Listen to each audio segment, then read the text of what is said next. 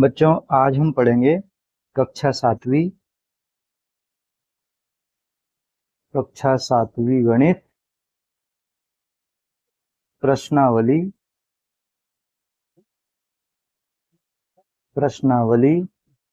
1.2।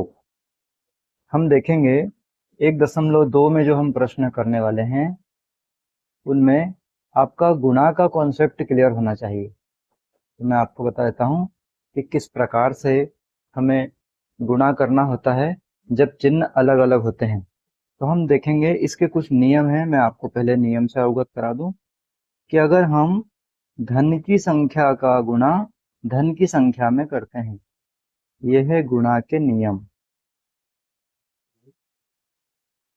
यह है गुणा के नियम। तो संख्या हमको धन की प्राप्त होती है।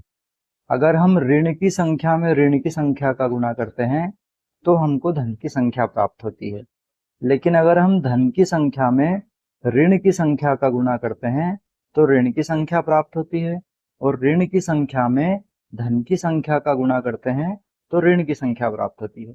इसमें क्या है, ऐसा लगता है कि कहाँ धन कहाँ ऋण समझ में नहीं आता, लेकिन इसको याद रखने का आसान तरीका है कि दोनों संख्याओं के चिन्ह एक जैसे हो, चाहे धन धन हो चाहे ऋण ऋण हो, तो उत्तर हमेशा धन की संख्या आएगी। मतलब हमको इन संख्याओं में गुणा करने के बाद में उत्तर में कोई भी चिन्ह लगाने की आवश्यकता नहीं है। लेकिन अगर चिन्ह अलग अलग लगा हुआ हो संख्याओं में तो हमको ये ध्यान रखना है कि उत्तर जब भी आएगा तो ऋण लगाना है। अब हम सवाल करते हैं तो हमको ज्यादा समझ में आएगा। पहला प्रश्न है कि 3 का गुणा हमको ऋण 1 में करना है। तो बहुत ही आसान है। सबसे पहले तो हम गुणा करेंगे, 3 का गुणा 1 में करेंगे तो आएगा 3 एकम 3। फिर हम देखेंगे कि दोनों में अलग अलग चिन्ह है, तो यहाँ कोई चिन्ह नहीं है और यहाँ ऋण का चिन्ह लगा, इसका मतलब दोनों में अलग अलग चिन्ह है। तो अलग अलग चिन्ह है तो यहाँ ऋण लगाना है। एक जैसा हो जाएगा तो फिर चिन्ह नहीं लगाना है। ये पहला प्रश्न हो गया। दूसरा प्रश्न करेंगे। दूसरे प्रश्न में हम देखेंगे, यहाँ लिखा है ऋण 1 और यहाँ लिखा हुआ है 225। सबसे पहले हम गुणा कर लेंगे। 225 का गुणा 1 में करेंगे तो 225 आएगा। फिर दोनों संख्याओं में देखेंगे चिन्ह अलग अलग है, यहाँ कोई चिन्ह नहीं है और यहाँ ऋण का चिन्ह है, तो फिर यहाँ पर फिर से ऋण लगा देंगे। अलग अलग अगर चिन्ह है तो ऋण लगाना है, अलग अलग चिन्ह नहीं है तो फिर नहीं लगाना है। उसके बाद हम देखेंगे कि ऋण 21 में गुणा करना है हमको ऋण 30 का। तो हम देखेंगे कि पहले गुणा करेंगे। अगर कोई दो संख्याओं में से किसी एक संख्या में 0 आ जाए तो इकाई के स्थान पर तो हम 0 लिख देंगे, और 3 का गुणा करेंगे, 3 एकम 3, और 3 का 2 में करेंगे तो 3 दूनो 6। अब हम देखेंगे कि दोनों संख्याओं में एक जैसा चिन्ह है तो फिर उत्तर में हमको कुछ भी नहीं लगाना है। चौथा प्रश्न हम देखेंगे, ऋण 316 में गुणा करना है हमको ऋण 1 का। तो सबसे पहले तो हम गुणा कर लेंगे, 316 का 1 में गुणा होगा तो 316 आ जाएगा। फिर हम देखेंगे कि दोनों में एक जैसा चिन्ह है तो फिर उत्तर में हमको किसी प्रकार का कोई चिन्ह लगाने की आवश्यकता नहीं है। उसके बाद करेंगे हम पांचवा प्रश्न। पांचवें प्रश्न में है कि ऋण 15 गुणा 0 गुणा ऋण 18।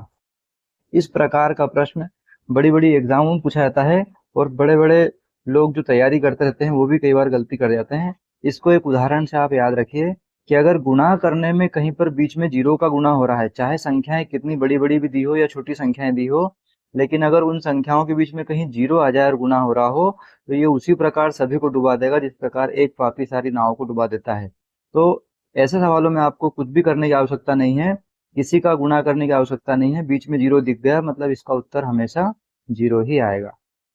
उसके बाद देखते हैं हम छठवां प्रश्न। छठवें प्रश्न को हम देखेंगे तो इसमें है ऋण 12, उसमें हमको गुणा करना है ऋण 11 का, और उसमें हमको गुणा करना है 10 का। अब हम देखेंगे हमारे पास 3 संख्याएं आ गई, 3 संख्याओं का हमको गुणा करके देखना है। तो हम 3 संख्याओं को देखकर डरने की आवश्यकता नहीं है। हमको क्या करेंगे, पहले हम इस संख्या को कुछ देर के लिए भूल जाएंगे। हम सोचेंगे हमारे पास केवल 2 अंक दिए हुए हैं और 2 संख्याएं दी हुई है, इन्हीं का हमको गुणा करना है। तो 11 का गुणा हम 12 में करेंगे तो 11 दूनी 22, 22 की 2, हासिल का आएगा 2, 11 एकम 11 और 2 हो जाएगा 13।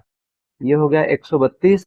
इन दोनों संख्याओं में ऋण लगा हुआ है इसलिए उत्तर में हमको कुछ भी लगाने की आवश्यकता नहीं है। उसके बाद हम लिख देंगे इसके साथ में 10। अब हम देखेंगे कि 132 में हमको 10 का गुणा करना है, ऋण किसी भी संख्या में लगा हुआ नहीं है, तो 132 में हम 10 का गुणा करेंगे तो यहाँ 0 का 0 आ जाएगा, और 1 का गुणा 2 में करेंगे, 1 दूनी 2, 1 तिया 3 और 1 एकम 1, इस प्रकार 1320 आ जाएगा। ऋण लगाने की आवश्यकता है नहीं, क्योंकि हमारे पास जो दोनों संख्याएं दी उनमें कहीं ऋण लगा हुआ नहीं है। इसके बाद हम 7वां प्रश्न देखेंगे, 9 गुणा ऋण 3 गुणा ऋण 6। ये प्रश्न ऊपर वाले प्रश्न की तरह ही है। आप इन दोनों संख्याओं को पहले आपस में गुणा करें, उसके बाद इस 9 का उसमें गुणा कर दें, या चाहे तो पहले इन दोनों का गुणा कर लें, उसके बाद में ऋण 6 का गुणा कर दें। ये प्रश्न आप कमेंट में करके बताएं कि किस प्रकार से इसको करेंगे, ऊपर वाले प्रश्न की तरह ही है। उसके बाद 8वां प्रश्न। 8वां प्रश्न है आपका, ऋण का 18 है, उसमें गुणा करना है ऋण 5 का, और उसमें गुणा करना है ऋण 4 का। तो हम देखेंगे, पहले इन दो संख्याओं का आपस में गुणा करेंगे, इसको कुछ देर के लिए भूल जाएंगे। तो हम देखेंगे 18 का 5 में गुणा करेंगे तो 18 पंजे 90 होता है, और दोनों संख्याओं में ऋण लगा हुआ है, एक जैसे चिन्ह है, इसलिए यहाँ कोई चिन्ह नहीं आएगा। फिर हम गुणा करेंगे इसमें ऋण 4 का। तो हम देखते हैं कि इन दोनों संख्याओं का पहले आपस में गुणा कर लेंगे, तो ये 0 को इकाई अंक में लगा दिया, और 4 का गुणा 9 में करेंगे, 9 चौक 36 हो जाएगा। और देखेंगे इन दोनों में से किसी एक ही संख्या में ऋण लगा है, इसलिए यहाँ पर हमको ऋण लगाना पड़ेगा। दोनों संख्याओं में ऋण रहता है तो उत्तर में ऋण नहीं लगता, लेकिन किसी एक संख्या में ऋण है तो ऋण लगाना पड़ेगा। इस प्रकार ऋण का 360 आ जाएगा। फिर हम एक प्रश्न करते हैं जिसमें 4 संख्याएं दी हुई है। ये ऋण 1 है, उसके बाद ऋण 2 है, उसके बाद गुणा कर रहे हैं हम ऋण 3 का, और उसके बाद गुणा कर रहे हैं हम 4 का। तो हम देखेंगे बहुत ही आसान प्रश्न है। पहले इन दो संख्याओं का गुणा कर लेंगे और इन दो संख्याओं का गुणा कर लेंगे। हम मान रहे हैं कि ये सवाल केवल दो संख्याओं का है, और इधर दो संख्याएं अलग लिखी हुई है और बीच में इनका गुणा हो रहा है। तो हम देखेंगे दोनों के चिन्ह एक जैसे हैं, तो पहले गुणा कर लिया, 2 एकम 2 हो गया। ऋण चिन्ह दोनों में लगा, इसलिए यहाँ ऋण चिन्ह नहीं आएगा, फिर ये वाला गुणा लगा देंगे, फिर 4 तिया 12 लिख देंगे, और दोनों में से किसी एक ही संख्या में ऋण है तो यहाँ ऋण लगा देंगे। ऋण की संख्या को कोष्टक में लिख लेना चाहिए। अब हम देखेंगे कि 12 का गुणा 2 में करेंगे तो 12 दूनी 24 आएगा। दोनों में से किसी एक ही संख्या में ऋण है तो यहाँ पर हम ऋण लगा देंगे। इस प्रकार हमारा ऋण का 24 आंसर आ जाएगा। इस प्रकार बहुत ही आसानी से हम प्रश्नों को हल कर सकते हैं। केवल थोड़ा सा हमको ध्यान रखने की आवश्यकता है कि जब सेम चिन्हों का गुणा होता है तो हमेशा धन की संख्या आती है, उत्तर में हमको किसी प्रकार का कोई भी चिन्ह लगाने की आवश्यकता नहीं होती है।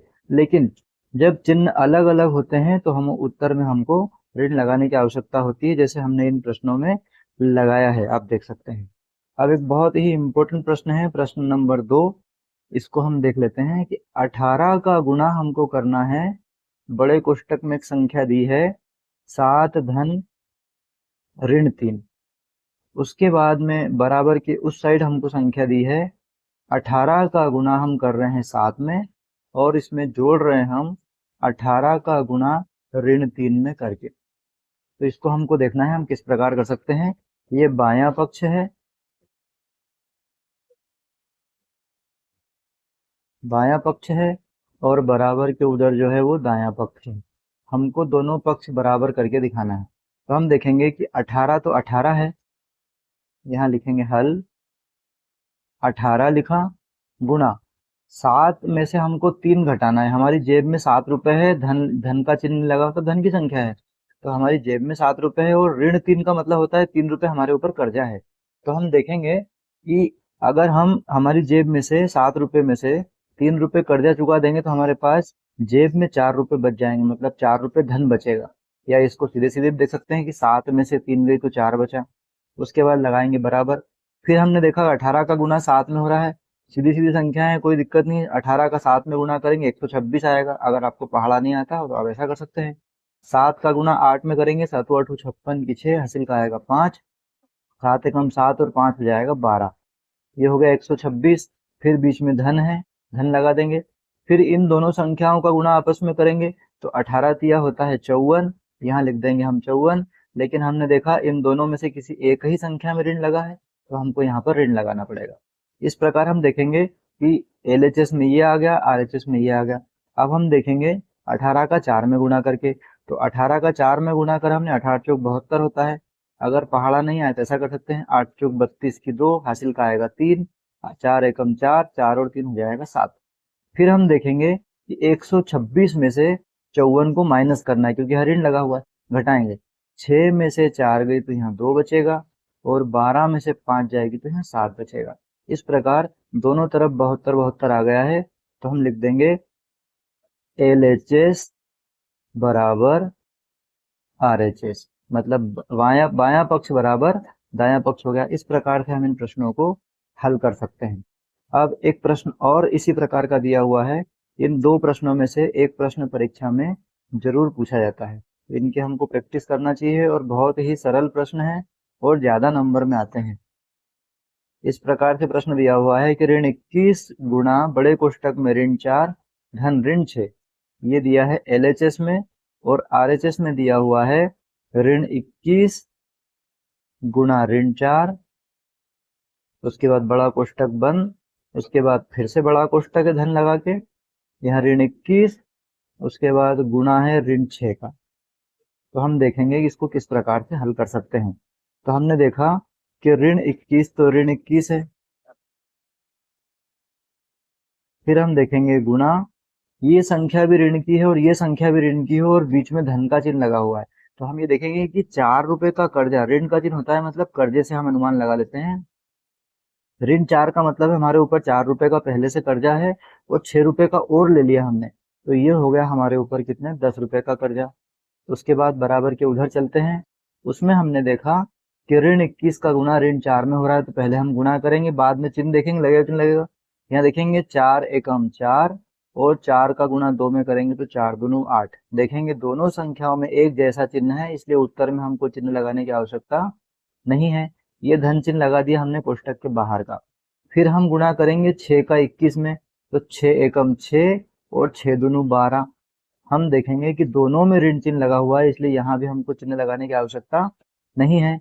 अब 21 का गुणा हम करेंगे 10 में, तो ये 0 है, 0 लगा लेंगे पहले, और 1 का गुणा करेंगे 21 में तो 21 आ जाएगा वापस से। इन दोनों में ऋण चिन्ह है, इसलिए यहाँ ऋण लगाने की आवश्यकता नहीं है। अब इन दोनों को हम जोड़ लेंगे, तो 6 में 4 जोड़ेंगे आएगा 10, 10 की शून्य हासिल का आएगा 1, 1 और 2 हो जाएगा 3, 3 और 8 हो जाएगा 11, 11 की 1 हासिल का आएगा 1, 1 और 1 हो जाएगा 2। यहाँ पर भी हमने देखा कि LHS बराबर से हो गई RHS। इन दो प्रश्नों में से एक प्रश्न परीक्षा में जरूर पूछा जाता है, इसको अवश्य हल करके देखना चाहिए। उसके बाद में हम देखेंगे किसी भी पूर्णांक a के लिए ऋण 1 गुना a किसके समान होगा।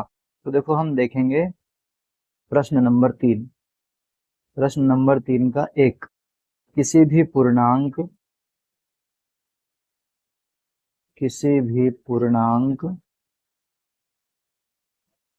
a के लिए ऋण 1 गुना a का मान बताना है हमको। तो हम देखेंगे कि हमने एक नियम पढ़ा है कि ऋण की संख्या का गुणा धन की संख्या में होता है, तो हमेशा ऋण की संख्या आती है, तो ऋण a के बराबर होगा। हम इस संख्या में किसी भी संख्या का गुणा करके देख लें तो हमेशा उत्तर ऋण में ही आएगा। किसी भी संख्या का हम गुणा करके देख लें, उत्तर हमेशा ऋण में ही आएगा, और ये ऋण 1 जो है वो दी गई संख्या को ऋण में बदल देगा। तो इस प्रकार हम इसका उत्तर लिख सकते हैं कि ऋण a के बराबर होगा।